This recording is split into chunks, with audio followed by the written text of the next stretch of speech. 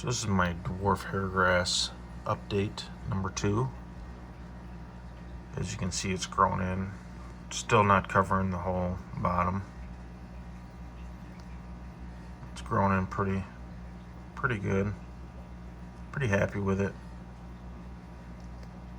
The only thing that I'm a little bummed out about is that algae, Caladiphora, it's starting to take over in this tank. At least in the dwarf hairgrass it is. I'm not sure if I can get it in camera or not, but every day I pick it out, and it just comes back stronger and stronger. I hear it's almost impossible to get rid of it. So I don't know. I guess just every day I'm just gonna have to pick it out, which is a nightmare. But as you can see, some of the hairgrass is turning brown. I don't know if it's because I pick at it every day to get that stuff out, which it probably is. I mean, I dose this really well. I put a bunch of root tabs in there. It should be getting the nutrients.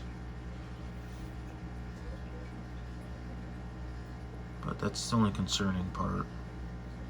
That and the Caladiphora, I think it's called.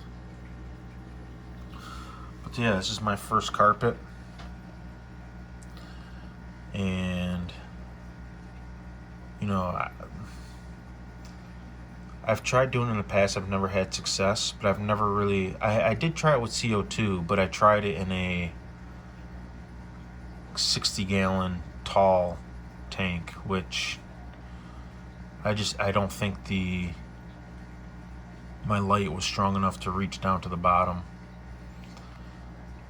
So I think that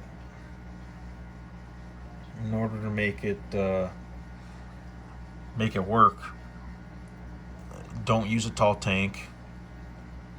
Use CO2, which I've made a video earlier. CO2 is a lot easier than people think, and it's not as expensive either. I mean, depending if you think $200 is expensive, but you can just save that over time and then do it. Just put away $20 a week. 10 weeks you'll have enough money to get a whole CO2 setup, and I'd say it's worth it for sure. The plants take off.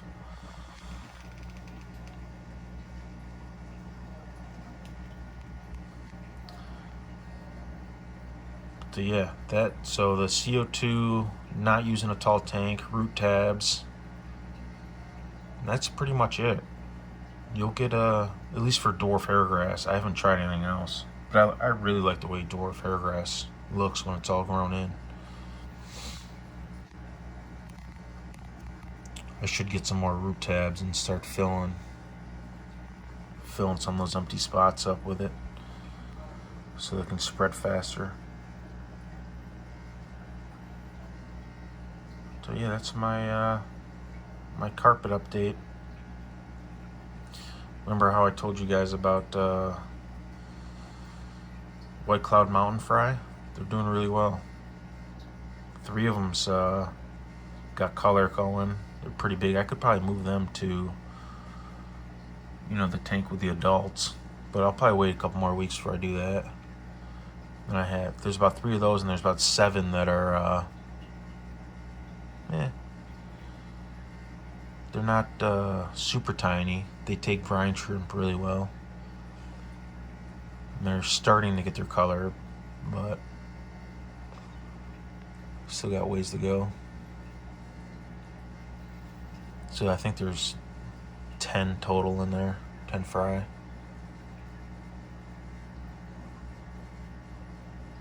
This tank is still a mess. The carpet's not doing really well because of the Caladiphora. Oh, there's a huge glare on there. Oops.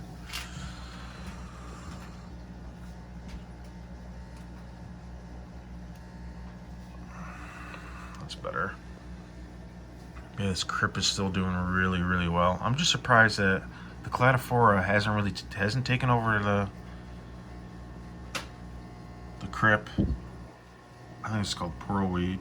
Weed hasn't taken over that, and it hasn't taken over it's called Mariel green. But it's taken over the rocks and the dwarf hairgrass. Strange. And that's the adults. I'll just throw them all in here, all the fry once they, I'm thinking about, I've got a 75-gallon tub outside for the pond.